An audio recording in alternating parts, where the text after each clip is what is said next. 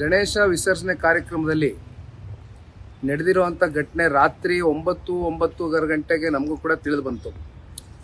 ಇದು ಕಾಂಗ್ರೆಸ್ನ ಸರ್ಕಾರ ಆಡಳಿತಕ್ಕೆ ಬಂದಾಗಿಂದ ಇದು ಮೊದಲನೇ ಘಟನೆ ಅಲ್ಲ. ಈ ಹಿಂದೆಯೂ ಕೂಡ ಹಿಂದಿನ ವರ್ಷ ನಾಗಮಂಗಲದಲ್ಲಿ ಇದೇ ರೀತಿ ಒಂದು ಘಟನೆ ಆಗಿತ್ತು. ಮತ್ತು ಕೆರಗೋಡ್ನಲ್ಲಿ, ಮಂಡ್ಯ ತಾಲೂಕಿನ ಕೆರಗೋಡ್ನಲ್ಲಿ ಏನೊಂದು ಧ್ವಜಾರೋಹಣದ ಒಂದು ಇನ್ಸಿಡೆಂಟ್ ಆಗಿತ್ತು. ಒಟ್ಟಾರೆಯಾಗಿ ಹಿಂದೂಗಳ ಧಾರ್ಮಿಕ ಭಾವನೆಗಳಿಗೆ ಪ್ರತಿಯೊಂದು ಹಂತದಲ್ಲೂ ಕೂಡ ಕಾಂಗ್ರೆಸ್ನ ಆಡಳಿತದಲ್ಲಿ ಇರ್ತಕ್ಕಂಥ ಜನಪ್ರತಿನಿಧಿಗಳು ಧಕ್ಕೆಯನ್ನು ಉಂಟು ಮಾಡ್ತಾ ಇರ್ತಕ್ಕಂಥದ್ದು ಬಹಳ ಸ್ಪಷ್ಟ. ಆದರೆ ಇಲ್ಲಿ ನಾನು ಒಂದು ಹೇಳ್ತಕ್ಕಂಥದ್ದು, ನೇರವಾಗಿ ಸರ್ಕಾರ ಇದರ ಹೊಣೆಗಾರಿಕೆಯನ್ನು ಅವರ ಹೆಗಲ ಮೇಲೆ ತಗೊಳ್ಬೇಕಾಗ್ತದೆ. ಇಲ್ಲಿ ಪೊಲೀಸರ ಮೇಲೆ ನಾನು ದೂರ್ಲಿಕ್ಕೆ ಹೋಗೋದಿಲ್ಲ. ಯಾಕೆಂದರೆ ನಮ್ಮ ಕರ್ನಾಟಕ ರಾಜ್ಯದ ಪೊಲೀಸರಾಗಲಿ, ನಮ್ಮ ಜಿಲ್ಲೆಯ ಪೊಲೀಸರಾಗಲಿ ಅವನೇನು ಅಸಮರ್ಥರೇನಲ್ಲ. ಆದರೆ ಅವರಿಗೆ ಅವರ ಕೆಲಸದಲ್ಲೇ ಒಂದು ಸ್ವಾತಂತ್ರ್ಯವನ್ನು ಕಳೆದುಕೊಂಡಿದ್ದಾರೆ ಇವತ್ತು. ಏಕೆಂದರೆ ಸರ್ಕಾರದಲ್ಲಿ ಇರ್ತಕ್ಕಂಥವ್ರು ಒಂದು ಗುಪ್ತಚರಿ ಇಲಾಖೆ, ಅವ್ರಿಗೆ ಒಂದು ಮಾಹಿತಿ ಅಂತೂ ಖಂಡಿತವಾಗ್ಲು. ಯಾಕೆಂದರೆ ಮಸೀದಿ ಮುಂದೆ ಆಗಿರುವಂಥ ಇನ್ಸಿಡೆಂಟ್ ಇದು.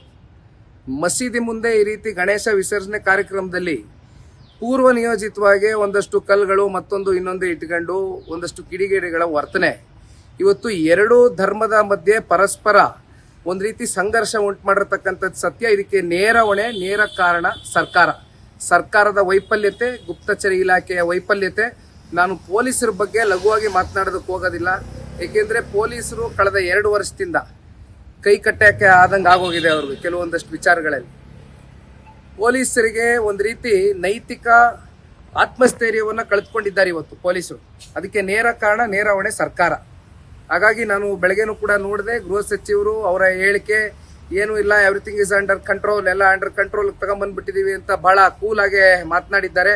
ಆದರೆ ಒಂದು ನಾವಿಲ್ಲಿ ತಿಳ್ಕೊಬೇಕಾಗಿರ್ತಕ್ಕಂಥದ್ದು, ಏನು ನಾಗಮಂಗಲದಲ್ಲಿ ಇನ್ಸಿಡೆಂಟ್ ಆಯಿತು, ಕೆರಗೋಡಲ್ಲಿ ಇನ್ಸಿಡೆಂಟ್ ಆಯಿತು, ಇವತ್ತು ಮದ್ದೂರಿನ ನಗರದಲ್ಲಿ ರಾಮ್ ರಹೀಂ ನಗರ ಇನ್ಸಿಡೆಂಟ್ ಏನಾಗಿದೆ, ಇಲ್ಲಿ ಈ ಇನ್ಸಿಡೆಂಟ್ ಆದ ಬಳಿಕ ರಾಜಕೀಯವಾಗಿ ಕೆಲವೊಂದಷ್ಟು ಜನಗಳಿಗೆ ಇದರಿಂದ ಲಾಭ ಉಂಟಾಗಬಹುದು.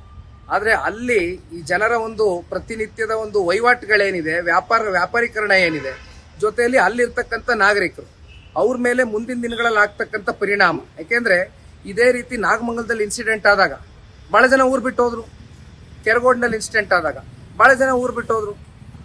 ಎಷ್ಟೋ ಜನ ಅಮಾಯಕರ ಮೇಲೆ ಸುಮ್ಮನೆ FIRಗಳ ದರ್ಜೆ ಆಯಿತು. ಅಂತಿಮವಾಗಿ ಇಲ್ಲಿ ಅನುಭವಿಸ್ತಕ್ಕಂಥವ್ರು ಅಲ್ಲಿ ಸ್ಥಳೀಯ ನಾಗರಿಕರೇ ಹೊರತುಪಡಿಸಿ ಇನ್ಯಾರೂ ಅಲ್ಲ.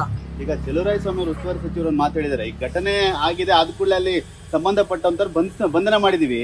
ಆದ್ರೆ ಬಿಜೆಪಿ JDS ರಾಜಕಾರಣ ಮಾಡಕ್ ಹೊರಟಿದೆ, ನಮ್ಮನ್ನು ಎದುರಿಸಕ್ಕೆ ಬೇರೆ ಯಾವ್ದು ಅಸ್ತ್ರ ಇಲ್ಲ, ಈ ರೀತಿಯಾದ ಒಂದು ಗಲಾಟೆಗಳನ್ನ ಬಳಸ್ಕೊಳ್ತಾ ಇದೆ ಅಂತ ಹೇಳಿ ನಾನು ಈಗಾಗಲೇ ಬಹಳ ಸ್ಪಷ್ಟವಾಗಿ ಹೇಳಿದ್ದೀನಿ. ಹಿಂದೆನೂ ಕೂಡ ಹೇಳಿದ್ದೆ, ಧರ್ಮಸ್ಥಳ ವಿಚಾರದಲ್ಲೂ ಕೂಡ ನಾವು ಯಾವುದೇ ರಾಜಕಾರಣವನ್ನು ಬೆರೆಸಿ ಧರ್ಮಸ್ಥಳಕ್ಕೆ ನಾವು ಧರ್ಮ ಸತ್ಯಯಾತ್ರೆನ ಕೈಗೆತ್ಕೊಂಡಿರ್ತಕ್ಕಂಥದ್ದಲ್ಲ. ಅದೇ ರೀತಿ ಇವತ್ತಿಗೂ ಕೂಡ ಜನತಾದಳ ಪಕ್ಷ ಬಹಳ ಸ್ಪಷ್ಟ ಇದೆ.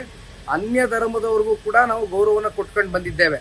ಆದರೆ ನಮ್ಮ ಧರ್ಮಕ್ಕೆ, ನಮ್ಮ ಧಾರ್ಮಿಕ ಸಂಸ್ಕೃತಿಗೆ ಅಪಮಾನ ಆದಂಥ ಸಂದರ್ಭದಲ್ಲಿ ನಾವು ಒಂದು ರಾಜಕೀಯ ಪಕ್ಷ ಅಂತಕ್ಕಂಥದ್ದನ್ನು ಇವತ್ತು ಬದಿಗಿಟ್ಟು ನಾವು ಒಬ್ಬ ಹಿಂದೂ ಅಂತಕ್ಕಂಥದ್ದು ಕೂಡ ಇವತ್ತು ನಾವು ಆಲೋಚನೆ ಮಾಡಬೇಕಾಗ್ತದೆ. ಬಟ್ ಅದನ್ನು ಮಾತ್ರಕ್ಕೆ ನಾವು ಇನ್ನೊಂದು ಧರ್ಮಕ್ಕೆ ನಾವು ಅಗೌರವಾಗಿ ನಡ್ಕೊಳ್ತೇವೆ ಅಂತಕ್ಕಂಥದ್ದು ಪ್ರಶ್ನೆ ಇಲ್ಲ. ಇಲ್ಲಿ ರಾಜಕಾರಣ ಬೆರೆಸ್ತಕ್ಕಂಥ ಪ್ರಶ್ನೆ ಇಲ್ಲ. ನಮ್ಮ ಜಿಲ್ಲೆ ನಾಯಕರನ್ನ ಈಗ ತಾನೇ ಭೇಟಿ ಮಾಡ್ಲಿಕ್ಕೆ ನಾನು ಹೋಗ್ತಾ ಇದ್ದೇನೆ. ಅಲ್ಲಿ ಏನಿದೆ ಅಂತಕ್ಕಂಥದ್ದು